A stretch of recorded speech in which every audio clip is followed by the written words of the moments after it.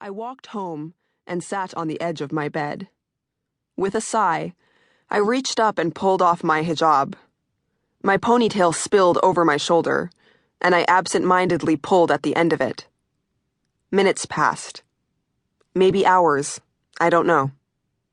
The porn blocker had a point. What the fuck was wrong with me?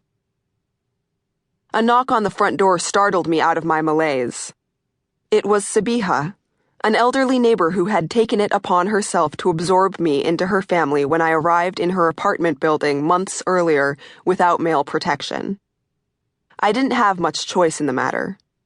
Sabiha insisted that I eat dinner with her each night, and that I report my daily plans to her each morning.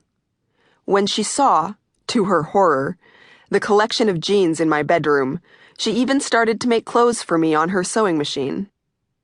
"Were you with a man?" Sabiha demanded as soon as she saw me. I smiled. It had been a while since someone had taken such a detailed interest in disciplining my choices. I didn't want Sabiha to worry about me, but it was a comfort that she did. "No, Auntie," I replied, shaking my head. "There was no man. I went to use the internet." Sabiha narrowed her eyes. "Okay," she said with a curt nod. "Get in the car. Bring some clothes. Enough for 2 days. Don't dress like an American." "Where are we going, Auntie?" I replied. "I have Arabic class on Saturday." At that point, Oman's weekend, like neighboring Saudi Arabia's, fell on Thursdays and Fridays. "Don't argue with me," Sabiha scolded. "Hurry!" That afternoon, we climbed into a tattered gray sedan with Sabiha's adult daughter and drove to a tiny village deep in the desert to visit their relatives. The village was another world, a place where goats were more common than cars and sun-dried mud walls were typical.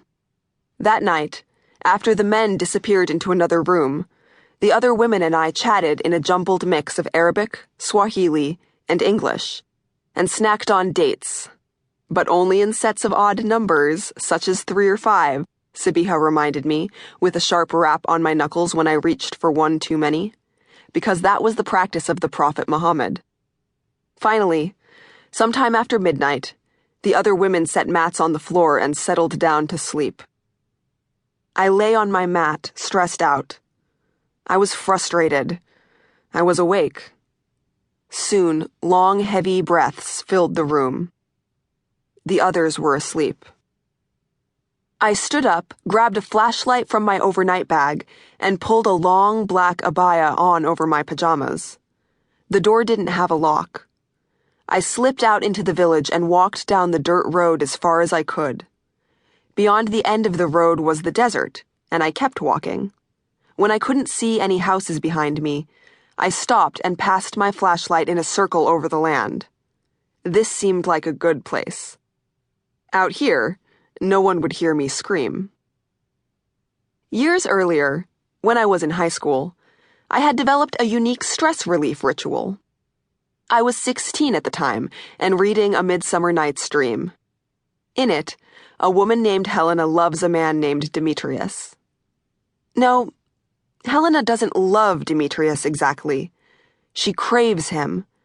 Helena pursues Demetrius obsessively, while Demetrius, in turn, pursues Helena's childhood friend, Hermia. But unlike Helena, I didn't have a high school crush to pour my adolescent angst into. So I borrowed hers. One afternoon, I walked to the edge of my empty high school football field, took a deep breath, and screamed Demetrius's name for as long as I could. Into his name, I poured all of my fear, desire, anxiety, and grief. In the 4 years since, I'd developed the habit of yelling Demetrius during moments of stress. An occasional scream releases pent-up energy, and as for the word Demetrius, well, why not? It seemed no less appropriate than shit or fuck or any other word I might want to yell in a moment of frustration. After I yelled Demetrius at a college term paper and got an unexpected A, I even started to think of the ritual as a good luck charm. Demetrius was my 4-leaf clover. I hadn't yelled his name once in the months since I had moved to Oman. This night